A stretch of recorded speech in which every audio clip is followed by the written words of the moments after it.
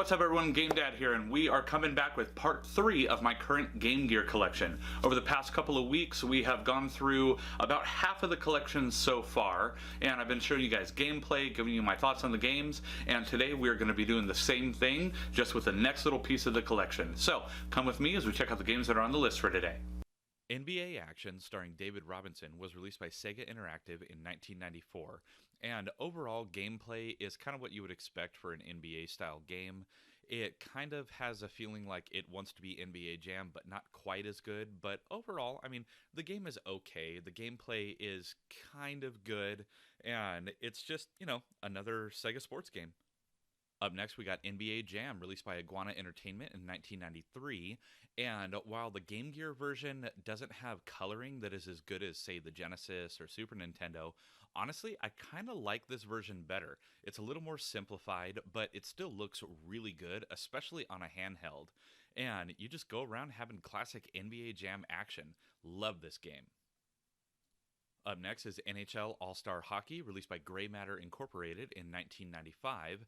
And much like with any hockey game, really, I don't really know what's going on because I don't really know the rules of hockey.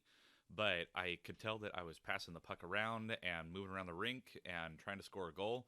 Don't know if I was the correct team or if I was thinking I was a CPU or not. But overall, kind of fun, I guess. And here we have Ninja Gaiden, released by Japan System House in 1991.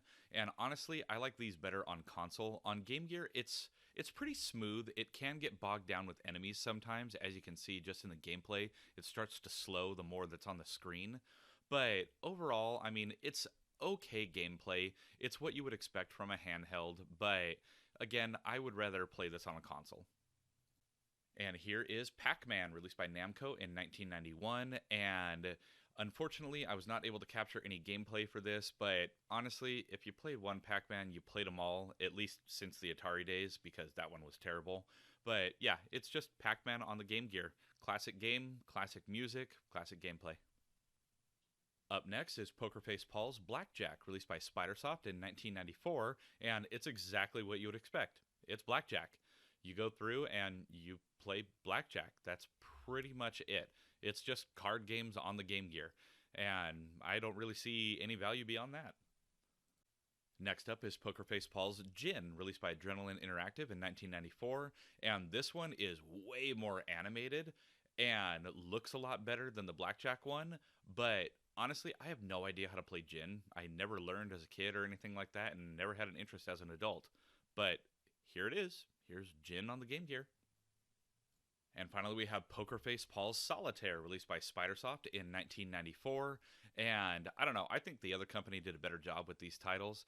This one is okay. I mean, they did add some animation to it at least, but it is just Solitaire, and it kind of lays out the cards in a weird way that just kind of rubbed me the wrong way. I'm used to Microsoft Solitaire growing up, so this one was just odd to me. Up next, we got Predator 2, released by Teeny Weeny Games in 1992, and this game is okay. I mean, graphically, it's not that great, and as you can see, my gameplay was kind of skewed just because it was not capturing properly. The graphics obviously look messed up here, but overall, the game playing on actual Game Gear is just okay. Up next, we have Psychic World, released by SIMS in 1991. And this is your typical action-adventure RPG kind of game. It's okay gameplay. It's very common, I guess you could say. It definitely feels exactly like this game should be. But there wasn't really anything that stood out that made me just go, wow, I want to keep playing this.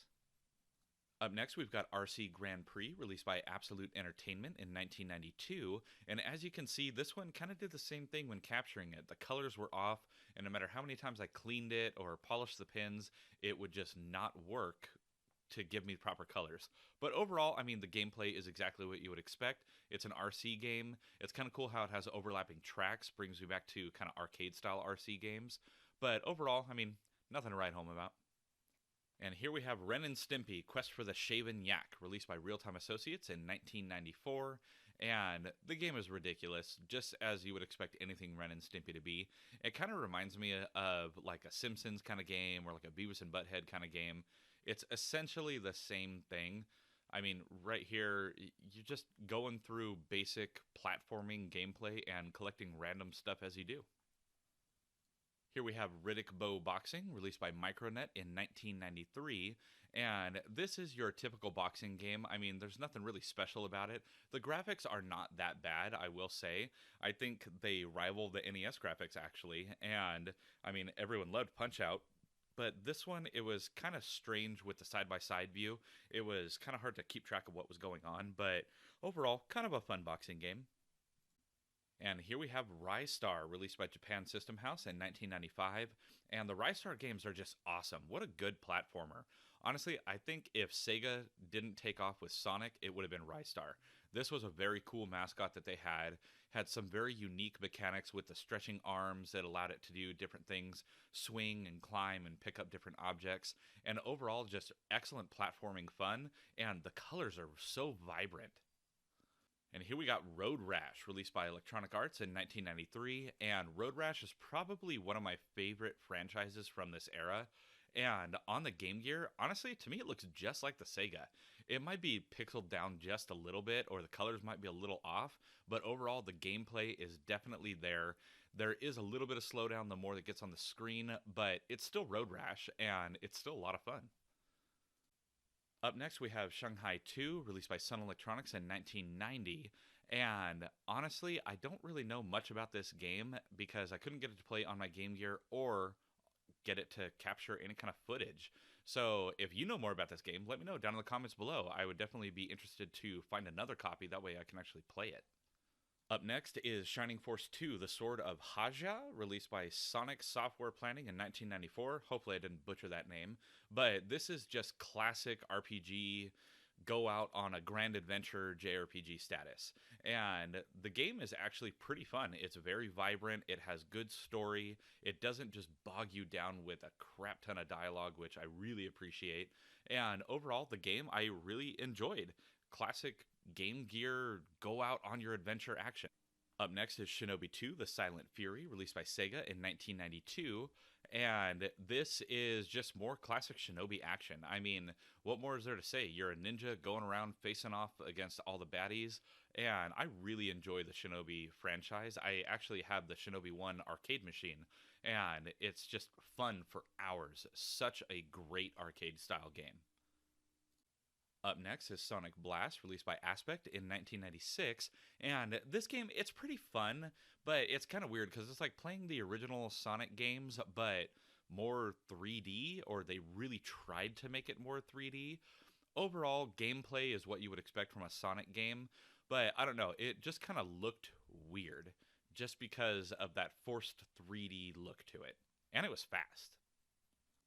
Up next is Spider-Man vs. the Kingpin, released by Sega in 1992, and I really didn't care for this. I've played some real duds of a Spider-Man game, and I played some really great Spider-Man games, but this one, I mean, graphically, it's great, beat-em-up style, it's a lot of fun, but the web slinging, I don't know, I didn't care for it, and it was really hard to tell what exactly you were supposed to even do in the game.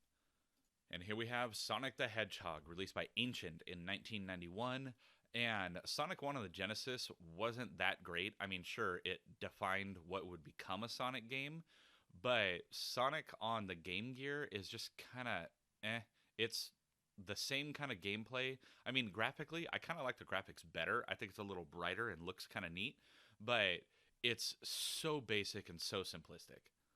So there you have it, everyone. That is everything on the list for part 3 today. We're about 3/4 of the way through the collection, and next week will be the final episode of this collection series. So be sure to tune in next week for that final episode.